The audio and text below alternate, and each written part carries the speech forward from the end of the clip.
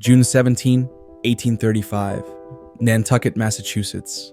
Nantucket is an island located 30 miles off the coast of Cape Cod, Massachusetts. It is a town known for whaling. Samuel Brown Folger, a master blacksmith, is married to Nancy Hiller. Nancy is assisted by her family relatives who are helping her with the birth of their 8th child. The baby born is a healthy boy and they name him James Athern. As the young boy grew up with his large family in Nantucket, there were 35 candle factories that flourished along with a thriving oil market, where Nantucket was the center of the global oil industry. Nantucket whalers were the masters of the hunt for sperm whales, which were considered the most dangerous whales to hunt. When James was a young boy, his father had invested in a tryworks and bought 2 whaling ships. A tryworks is constructed of brick, which is nailed to the deck of a ship. It is a furnace and used to heat the blubber of whales.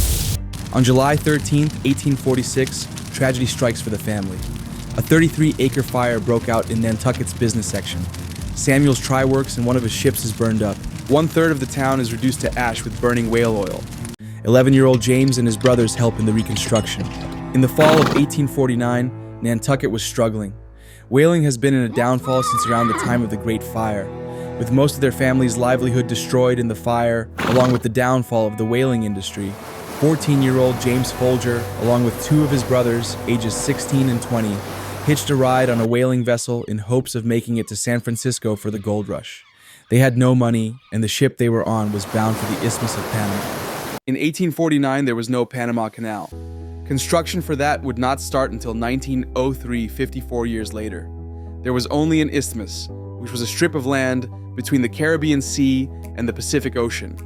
James and his brothers had to go through approximately 75 miles by raft and hiking an additional 25 miles to get to Panama City.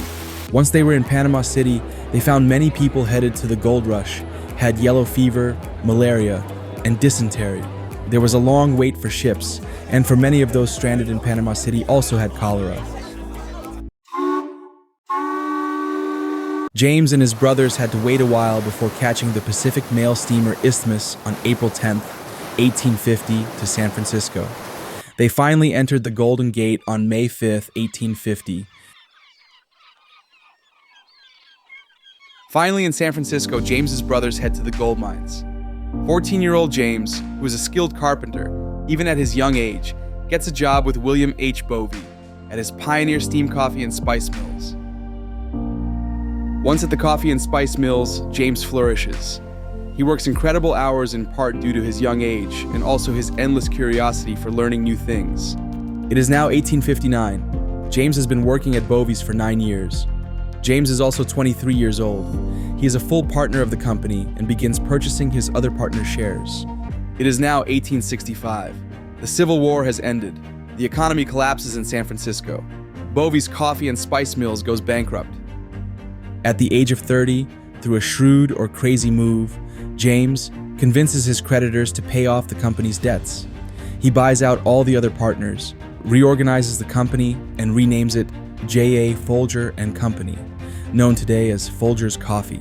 Once James owned the company outright, he went into overdrive. James hustles hard. He speeds up his coffee distribution and continues to make more sales deals with the burgeoning San Francisco. Folger's Coffee is attributed with powering San Francisco through those growth years.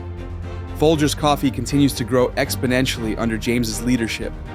Since he was a little boy, James's work ethic and positive attitude has made him the man he is today. James Folger had amassed a considerable fortune by the time of his death in 1889, but specific figures regarding his wealth are not well documented in historical sources. When Folger died at the age of 54 of a heart condition, his company was already well established and profitable, though it would continue to grow significantly after his death. James went from being penniless boy at 14 years old when arriving in San Francisco to becoming a multimillionaire in today's monetary standards. He earned everything he built. He also took big gambles, but he made his own luck. James Folger was a true American success story.